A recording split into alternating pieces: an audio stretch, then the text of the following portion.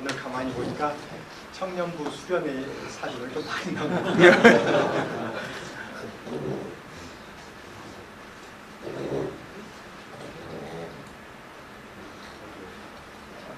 20세기에 일어났던 가장 대표적인 사건을 하나 꼽으라고 한다면은 역사학자들은 대개 소련의 공산주의가 일어났다가 70여 년 만에 여리고성이 무너지듯이 무너져버린 것을 들여봅니다. 국기에는 노동자를 상징하는 망치와 농민을 상징하는 낫 그리고 사회주의를 상징하는 별을 그려놓고 이 땅에 노동자와 농민의 천국은 사회주의로만 가능하다 하는 그런 확신을 가지고 공산주의는 시작이 되었습니다. 그리고 한때 세계 3분의 1이나 되는 국가들이 따를 정도로 엄청난 위력을 과시하기도 했습니다마는 그러나 이제는 공산주의의 종주국인 소련이 그 막을 내리고 말았습니다. 러시아는 사실 그 추운 나라이긴 합니다만 그러나 복을 또 대단히 많이 받은 나라입니다. 무엇보다도 영토가 대단히 넓습니다. 러시아에 사는 말 가운데 40, 40, 400이라는 말이 있습니다. 처음에 40은 영하 40도가 추위냐 하는 이제 그런 뜻이고요. 그 다음에 40은 40도가 술이냐 하는 그런 뜻입니다. 러시아 사람들이 즐겨 마시는 보드카라고 하는 술이 있는데 이게 40도거든요. 러시아 사람들은 술을 참 좋아하고 또 많이 마십니다. 어느 정도로 좋아하느냐면 목사가 신방을 가도 술을 내올 정도로 그렇게 술을 좋아합니다. 그리고 마지막 400은 400km가 거리냐 하는 그런 뜻입니다.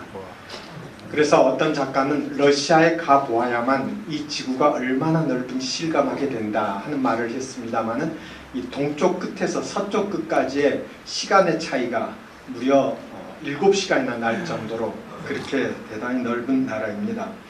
그런가 하면은 또 러시아는 풍부한 지하 자원에다 자연 환경 또한 대단히 아름답습니다. 제가 사역을 하고 있는 상트페테르부르크는 공산주의 시절에는 도시 이름을 레닌그라드라고 한 곳입니다. 그런데 여름이면은 백야 현상이 바로 이 무렵입니다. 백야 현상이 일어나 가지고 밤 12시가 넘어도 1시쯤 되어도 바깥에서 책을 읽을 정도로 그렇게 환합니다. 그러다 이제 잠시 어두워졌다가 또 새벽 4시쯤 되면 또다시 환해집니다. 이 도시는 유네스코가 지정한 보존해야 할 세계 10대 도시 가운데 하나이기도 하고요. 공산혁명이 발생할 때까지 200여 년 동안 제정 러시아의 수도이기도 했습니다. 도시가 갖는 아름다움 때문에 지붕 없는 박물관이라는 그런 별명을 갖고 있기도 하고요. 100여 개의 섬 위에 세워진 물의 도시라고 해서 북유럽의 베니스라는 그런 별명을 갖고 있기도 합니다. 러시아인들이 즐겨 먹는 음식 가운데는 쌀라라고 하는 또 그런 게 있습니다. 이것은 이제 돼지 비계만 한 대 긁어 모아 가지고 후추하고 소금으로 양념을 한 다음에 냉장고 안에 넣어 두었다가 이제 한 달쯤 되면은 그걸 꺼내 가지고 이제 얇게 잘라서 빵하고 같이 먹는 이제 그런 음식입니다. 종종 가정을 방문하다 보면은 이 쌀라를 내올 때가 있습니다. 그런데 그게 이제 돼지 비계덩어리거든요. 그런데 이제 그들에게는 굉장히 귀한 음식이기 때문에 안 먹을 수도 없고 해서 한 조각을 먹다 보면 자기네들이 좋아하니까 저도 좋아서 먹는 줄 알고 제 앞에다 그 돼지 비계덩어리를 잔뜩 쌓아놓고 이거 다 먹고 돌아가라고 그렇게 권하는 아주 좀 따뜻한 인정이 많은 사람들입니다. 러시아 사람들은 또 우리 한국의 고추장이나 김치를 참 좋아합니다. 어쩌다 한번 맛을 보게 되면 자꾸만 그걸 얻으러 오는 거예요. 한 번은 고추장을 얻으러 온 사람에게 제가 물어보았어요. 그것을 가지고 가서 어떻게 먹습니까? 그랬더니 지난번에 가지고 간 고추장을 빵에다 잼처럼 발라 먹으니까 얼마나 맛있었는지 몰라요. 러시아 사람들이 사용하는 언어를 보더라도 그런 참 축복받은 민족이구나 하는 것을 느낄 수가 있습니다. 모스크바에 가면은 이 붉은 광장이라는 것이 있습니다.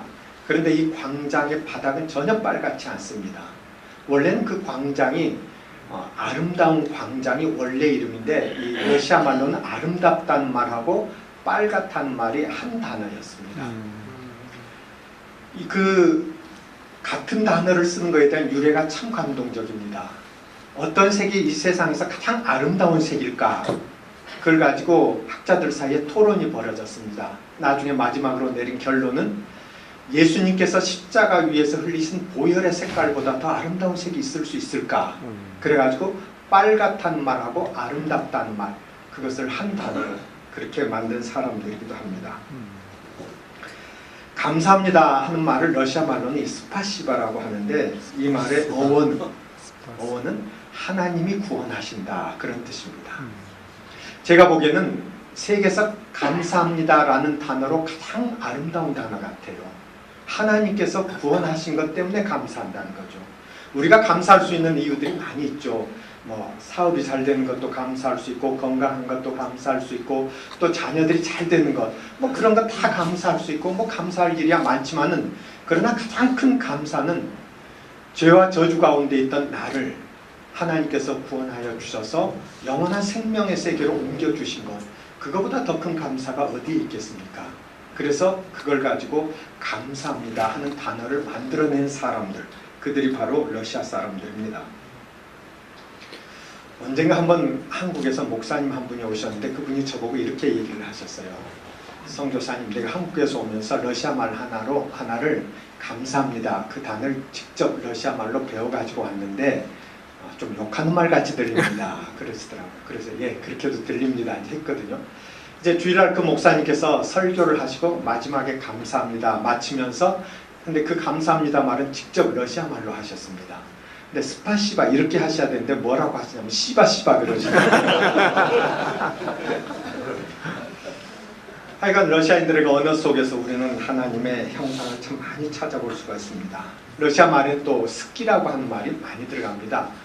이건 이름에도 마찬가지인데, 예를 들면은 도스토옙스키, 차이콥스키, 이렇게 스키가 많이 들어가요. 선교사에 대한 애칭으로 저를 보고는 최스키 그렇게 부르기도 합니다. 옆에 계신 분들한테 한번 좀 불러보십시오.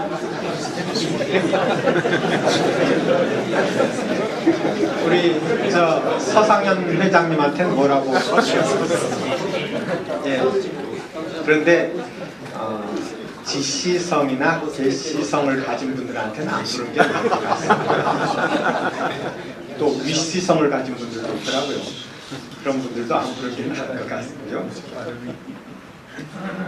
러시아에 간 지 얼마 안 된 어떤 한국 사람이 길거리에 서 있는데 한 러시아 사람이 다가오더니 다짜고짜 나쁜 새끼 그러더라고요. 그래서 난 나쁜 사람 아니라고, 욕하지 말라고 노 했답니다. 그랬더니 이번엔 또 그따위 새끼 또 그러더라고요. 욕하지 말라고 또다시 노 했답니다. 그랬더니 이번에는 가라이 새끼 또 그러더라고요. 기분이 되게 나빠가지고 돌아왔는데, 이 사람이 나중에 러시아 말을 배우면서 알게 됐습니다. 처음에 그 러시아 사람이 물어본 건 당신 일본 사람이냐, 그렇게 물어본 겁니다. 일본 사람이라는 말을 러시아 말로는 야쁜스키라 그러거든요. 이걸 잘못 듣고 나쁜 새끼로 이제 그렇게 알아들었죠. 근데 노 하니까는 그럼 중국 사람이냐 또 그렇게 물어봤어요. 중국 사람을 러시아 말로는 기타이 새끼라 그럽니다. 그걸 이제 그따위 새끼로 알아들었죠. 또 노 하니까 그럼 한국 사람이냐 또 그렇게 물어본 겁니다. 한국 사람을 까레이스키라 그러거든요. 이제 가라이 새끼 이제 그렇게 하는 줄 알아요. 참 복받은 나라, 아름다운 나라입니다만은, 그러나 지금은 또 많이 황폐해져 있습니다. 차를 세워 놓으면은 차 유리창문을 깨뜨리고 그 안에 있는 것을 꺼내갈 때도 종종 있고요. 또 종종 신문에서 봅니다만 지하철역에서 테러가 일어나기도 하고, 또 스킨헤드족들의 그런 테러가 있기도 하고, 좀 그런 어려운 점들도 많이 있습니다. 어떤 선교사는 낮에 자기 집에 볼 일이 있어가지고 차를 몰고 가서 집 앞에다 차를 세우고 한 3시간쯤 있다 이제 나오면서 보니까 자기 차가 갑자기 난쟁이가 되어 있더래요. 그래서 이상하다, 차가 왜 줄어들었을까 하고 보니까 그 사이에 누가 타이어 4개를 몽땅 빼가지고 있었어요. 술과 마약에 중독된 청소년들이 심각한 사회 문제로 등장한 것은 이미 오래되었습니다. 공산주의는 최고의 이념이고 레닌은 구세주라고 그렇게 배워왔는데, 그게 하루아침에 무너져 버리니까 이 사상의 공백 상태에서 술과 마약, 그런 걸로 그들은 허물을 달래가고 있는 것입니다. 러시아의 부패 지수는 174개 국가 중에서 133위를 차지했습니다. 유럽에서 가장 부패한 나라로 그렇게 꼽혔습니다. 19세기와 20세기 초까지만 해도 유럽에서 1등 가는 국가로 인정을 받았는데 왜 이렇게 변해버린 것입니까? 그것은 하나님 없이 인간의 지혜로만 해보려고 한 것 때문에 그렇게 되었습니다. 고린도전서 3장 20절은 말합니다. 주께서 지혜 있는 자들의 생각을 헛것으로 하신다. 헛것이 무엇입니까? 눈으로 볼 때는 꼭 있는 것 같은데 실제로는 아무것도 없는 것, 그것을 헛것이라고 하지 않습니까? 이것은 우리의 개인의 인생에 있어서도 마찬가지입니다. 하나님 없이 내 인생을 계획하고 하나님 없이 내 미래를 설계한다고 하더라도 그것은 헛것으로 끝날 수밖에 없다는 것입니다. 이것은 개인의 인생뿐만 아니라 국가의 운영에 있어서도 마찬가지예요. 하나님 없이 무엇인가를 계획한다는 것 헛것으로 끝날 수밖에 없다. 그것을 우리는 소련의 역사, 공산주의의 역사에서 분명히 볼 수가 있는 것입니다. 그렇기 때문에 러시아의 그리스도인들은 지금 영혼의 눈을 뜨게 되면서 하나님을 떠나서 살았던 그 시절이 얼마나 어리석었던 것인가 한 것을 뼈저리게 느끼고 있습니다. 그래서 그들은 하나님 없이 살았던 그 시절을 잃어버린 축복, 한많은 세월 이렇게 표현하고 있습니다. 잃어버린 축복 한많은 세월이 되지 않기 위해서, 그런 삶을 살아가지 않기 위해서 신약의 복음서는 그 마지막마다 부활하신 예수님께서 우리에게 복음을 전하라고 선교하라고 하는 그 명령을 한 것으로 끝을 맺고 있다는 것을 우리가 유의해 볼 필요가 있습니다. 먼저 마태복음에서는 하늘과 땅의 모든 권세를 내게 주셨으니 그러므로 너희는 가서 모든 족속으로 제자를 삼아 아버지와 아들과 성령의 이름으로 세례를 주고 내가 너희에게 분부한 모든 것을 가르쳐 지키게 하라. 볼지어다 내가 세상 끝날까지 너희와 항상 함께 있으리라. 마태복음 28장 18절 이하에서 말씀하고 있습니다. 여기에서 강조하고 있는 것은 우리에게 선교하라고 명령하시는 주님께서는 하늘과 땅의 모든 권세를 갖고 계신 분이라는 것입니다. 이 말을 바꾸어서 표현하면 선교는 곧 하나님께서 하시는 것이다. 그 뜻입니다. 러시아에서 어느 날 새벽 기도의 시간이었습니다. 저는 그날 요엘서 2장을 본문으로 해서 회개하고 하나님께로 돌아오라는 그런 주제로 이제 말씀을 전하려고 하였습니다. 근데 말씀을 전하기도 전에 성경만 읽었는데 갑자기 맨 앞에 앉아있는 사람이 흐느껴 울기 시작을 한 거예요. 그래서 저도 멈추다고 깜짝 놀랐죠. 그랬더니 그 옆에 사람이 또 따라 울기 시작하고 또 그 다음에 그 뒤에 사람이 따라 울기 시작하면서 삽시간에 흐느낌의 물결이 거기에 있는 모든 사람들에게 이렇게 퍼져나갔습니다. 그러면서 하나님을 떠나서 살았던 우리가 얼마나 어리석었던 것인가. 성경 말씀만 읽고도 그들은 회개하고 통곡을 했습니다. 그날 저는 또다시 실감을 했습니다. 아, 선교는 하나님께서 하시는 것이구나. 이러한 일들이 선교지에서 일어날 수 있는 것은 모두가 다 그 선교지를 위해서 기도해 주시는 여러분들의 그 넉넉한 기도가 있기 때문에 그런 일들이 가능한 것입니다. 그 다음 마가복음에서는 역시 부활하신 예수님께서 너희는 온 천하에 다니며 만민에게 복음을 전파하라고 역시 마지막 장 16장 15절에서 말씀하고 있습니다. 여기에서 강조하고 있는 것은 온 천하 어디든지 가라는 것입니다. 이 말씀에 순종하여 예수님의 제자들은 다 외국으로 나가서 복음을 전했습니다. 베드로는 로마에 가서 복음을 전하다가 산채로 그 십자가에 거꾸로 매달려서 그렇게 순교를 했습니다. 바돌로메는 아르메니아에 가서 복음을 전하다가 아예 피부를 벗기운 채 살아있는데 그렇게 피부를 벗기운 채 그렇게 십자가에 못 박혀 죽었습니다. 안드레는 그리스로 가서 복음을 전하다가 X자형 십자가에 못 박혀 죽었습니다.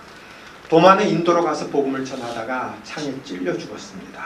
빌립은 소아시아로 갔고 그리고 시몬은 페르시아로 가서 복음을 전하다가 순교했습니다. 그들을 초대한 사람은 아무도 없었습니다. 그러나 그들은 온 천하에 다니며 만민에게 복음을 전파하라고 하신 이 말씀에 순종해서 모두가 다 그들의 생명을 하나님께 바쳤던 것입니다. 우리 한국에 들어와서 조선 사람처럼 똑같이 보리밥에 된장국을 먹으면서 복음을 전하다 순교한 캐나다의 맥켄지 선교사가 있습니다. 대동강변에서 성경책을 나눠주다가 조선 포졸의 창에 찔려 29살 꽃다운 젊음을 바친 영국의 토마스 선교사가 있습니다. 군산 앞바다에서 물에 빠진 교인을 구하려다 순교한 미국의 아펜젤러 선교사가 있습니다. 우리 역시 아무도 그들을 초대하지 않았습니다. 그러나 그들은 온 천하에 다니며 만민에게 복음을 전파라고 하신 이 말씀에 순종하여 친척 본토 아비집을 떠나 척박한 땅 우리 조선을 찾아와서 그들의 생명을 이 땅에 바쳤던 것입니다. 그들의 그 순교의 피가 이 땅을 흘러 적셨기 때문에 오늘날 대한민국이 이만큼이라도 하나님께 복을 받으며 살게 되었다 하는 것을 우리는 잊어서는 안 되는 것입니다. 그 다음 누가복음에는 부활하신 예수님께서 그의 이름으로 죄사함을 얻게 하는 회개가 예루살렘으로부터 시작하여 모든 족속에게 전파될 것이라 24장 47절에서 말씀하고 있습니다. 여기에서 이 전파될 것이라 하는 말을 영어로 슈드비라는 단어를 사용해서 반드시 이루어지고야 말 것을 강조하고 있습니다. 러시아 우스리스크에서 복음을 전하다 현진이 휘두른 칼에 맞아 순교한 김창식 선교사는 42살 젊은 나이에 암에 걸린 아내와 어린 두 자녀만 이 땅에 남겨둔 채 그의 생명을 하나님께 바쳤습니다. 그의 형이 동생을 추모하며 남긴 글에 이런 내용이 있습니다. 사랑하는 아우야, 꽃이 지면 열매가 맺듯 내가 땀 흘려 복음을 심고 피 뿌려 밑거름된 그 땅에서 구원의 열매를 주렁주렁 맺히도록 너를 해친 그 땅에 복수의 칼을 꽂기보다는 용서와 평화의 생명 씨앗을 더 힘써 심으련다. 사랑하는 내 동생아, 너 멀리 떠나 우리들 가슴 미어진다마는 주님 안에 어찌 이별이 있을 수 있겠니? 형의 마음 한구석에도 너 쉴 곳 마련하였으니 언제든지 미소 짓고 나와 함께 살자꾸나. 내가 못다한 사명이랑 우리들이 짐지고 가련다. 저 하늘나라 진주문에서 그리운 너를 끌어안고 우리 기쁨으로 다시 만날 때까지. 저는 확신합니다. 공의로우신 하나님께서는 결코 순교자의 피를 헛되이 하지 않으시고 러시아 땅에 반드시 복음의 꽃이 활짝 피어나게 하실 것이다. 저는 믿고 있습니다. 그런가 하면 오늘 본문으로 읽은 요한복음은 선교하는 것이 얼마나 영광스러운 일인가 하는 것을 우리에게 보여주고 있습니다. 아버지께서 나를 보내신 것 같이 나도 너희를 보내노라. 여러분들이 아시는 것처럼 이 신약 성경은 헬라어로 기록이 되었습니다. 그런데 헬라어로 비교급을 쓸 때 똑같은 정도를 비교할 때 쓰는 단어가 있고요. 또 다른 정도를 비교할 때 쓰는 단어가 따로 있습니다. 그런데 요한복음 20장 21절에서 사용하고 있는 단어는 똑같은 정도를 비교할 때 쓰는 단어입니다. 이게 무엇을 의미하느냐면 지금 예수님께서 하시는 말씀은 내가 성부 하나님께 순종해서 이 땅에 온 것하고 너희가 내 말에 순종해서 나가서 복음을 전하는 것, 그것은 똑같은 것이다. 조금 더 다른 것이 아니다. 지금 그렇게 말씀하고 있는 것입니다. 성자 예수님께서 이 땅에 오신 것 얼마나 영광스러운 일입니까? 얼마나 귀한 일입니까? 그런데 우리가 주님의 말씀에 순종해서 복음을 전하는 것 있잖아요. 그것이 그렇게 귀하고 그렇게 영광스러운 일이라는 것입니다. 지금 주님께서는 그렇게 귀한 것이라고, 선교하는 것이 그렇게 아름다운 것이라고 지금 우리에게 그렇게 말씀하고 있습니다. 이 정도 말씀을 하시면 이번 8월에 미얀마는 꼭 가야겠구나 그 생각은 좀 하셔야 되지 않겠습니까? 제가 사역을 하고 있는 상트페테르부르크에는 에르미타주라고 하는 큰 미술 박물관이 있습니다. 여기에는 렘브란트가 그린 돌아온 탕자라고 하는 그림이 있어요. 헨리 나우엔이라고 하는 분이 여기에 와서 이 그림 하나를 놓고 무려 4시간 동안을 앉아서도 보고 서서도 보고 옆에서도 보고 깊이 묵상을 하면서 그 그림을 보았습니다.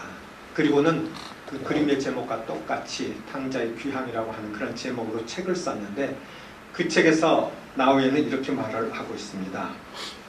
하나님은 기뻐하신다. 세상의 문제들이 해결됐기 때문이 아니고 인간의 고통과 아픔이 다 끝났기 때문도 아니며 수많은 영혼이 이미 거듭나서 하나님의 선하심을 찬양하고 있기 때문도 아니다. 하나님은 단지 잃어버린 자녀 하나를 찾으시는 것 때문에 기뻐하신다. 그렇습니다. 하나님은 단지 잃어버린 자녀 하나를 찾으시는 것 때문에 기뻐하시는 분입니다. 제가 며칠 전에 신문을 보니까요, 어떤 그 아버지가 이 딸이 실종이 됐는데 그 딸을 찾기 위해서 무려 17년 동안이나 찾아 헤매고 있다는 것입니다. 그래 이제 집도 다 팔고 그걸 조그만 트럭을 사가지고 그 전단지 만들어서 전국 방방곡곡 다 붙이고 돌아다니면서 딸을 찾으러 그렇게 헤맨다는 거예요. 그러면서 아버지는 이제 관절염 그런 병도 걸리고 몹시 심신은 지치고 쇠약해져 갑니다만, 그러나 자기가 눈 감을 때까지 포기하지 않겠다고, 딸을 찾는 것 결코 스톱하지 않겠다고 하면서 그렇게 찾아 헤매는 기사를 제가 한번 신문에서 읽었습니다. 여러분, 우리 하나님 그 아버지의 마음보다 훨씬 더해요.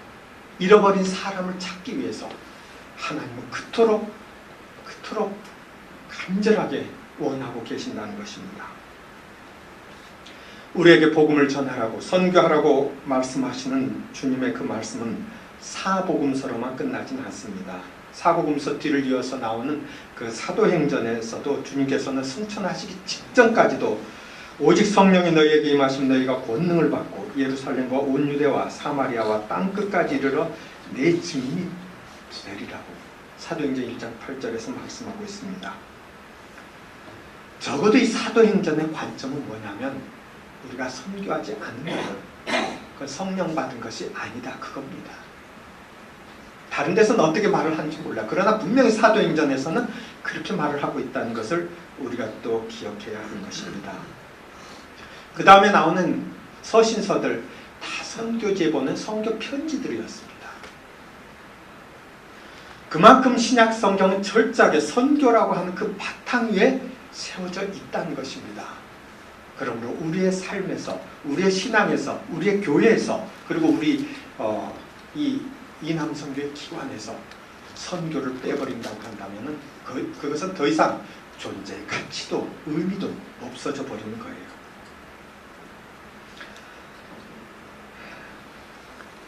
저희 사역은 아까 보신 것처럼 교회의 사역이 있고 또 교회를 개척하는 그런 일들이 있고 그리고 신학교 사역이 있고 그리고 또 기독교 초중고등학교 그런 사역이 있습니다.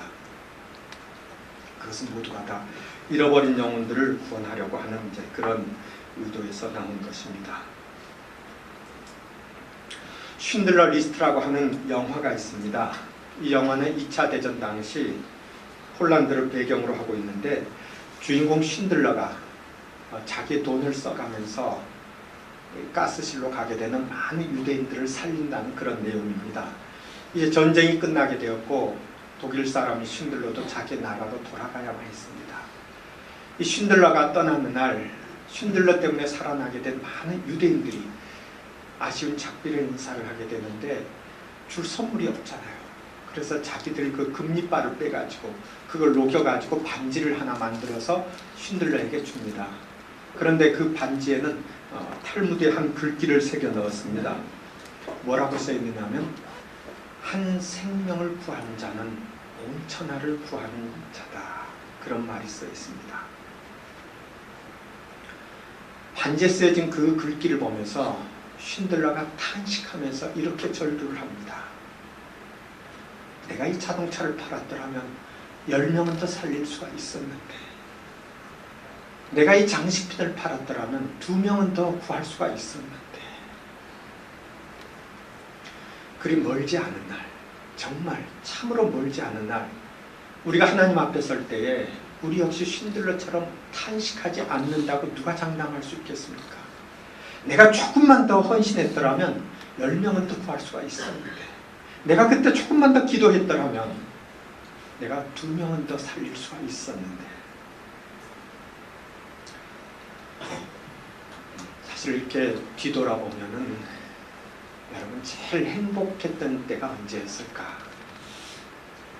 저는 제 생에 가장 행복했을 때는 러시아에서 선교하고 있을 때 잃어버린 한 영혼을 구원하기 위해서 애쓰고 고민하고 기도할 때였던 것 같습니다. 아마 여러분들도 비슷할 것 같아요. 지나온 생을 뒤돌아보면서 언제가 제일 좋았을까? 2016년에 미얀마 갔을 때 그때가 제일 좋았을 것 같다. 그런 아까 식사를 한데 서상현 회장님께서 그걸 굉장히 강조하셔서 회장님의 마음은 또 저런 마음이구나 제가 그렇게 느꼈습니다. 어쨌든 우리 모두가 다 지나온 생을 이렇게 이제는 서서히 뒤돌아보면서 살아야 할 그럴 때 아닙니까? 그래서 우리가 어떻게 살아가는 것이 정말로 후회 없이 남은 생일까? 그리고 우리 진지하게 생각하면서 살아가십시다. 그래서 하나님의 선하신 뜻이 여러분들을 통하여 그리고 제2남성교를 통하여서 또 귀하게 이루어져 갈 수 있기를 진심으로 바랍니다. 그리고 러시아에도 꼭 오십시오. 기도합시다. 온 세계 모든 민족 그리고 모든 나라를 통하여 영광받게 합당하신 하나님 아버지, 지금도 사망의 권세와 흑암의 세력에 갇혀 죽음의 자리로 끌려가는 수많은 영혼들이 있습니다. 주님 그들을 불쌍히 여겨 주시옵소서. 우리 이 남성교의 기도가 세계를 품고 드리는 기도가 되게 하여 주시옵소서. 땅 끝까지 그리고 세상 끝날까지 주의 복음이 전파되어지게 하여 주시옵소서. 그래서 온 땅에 주의 진리와 평화가 강물처럼 흐르게 하여 주시옵소서.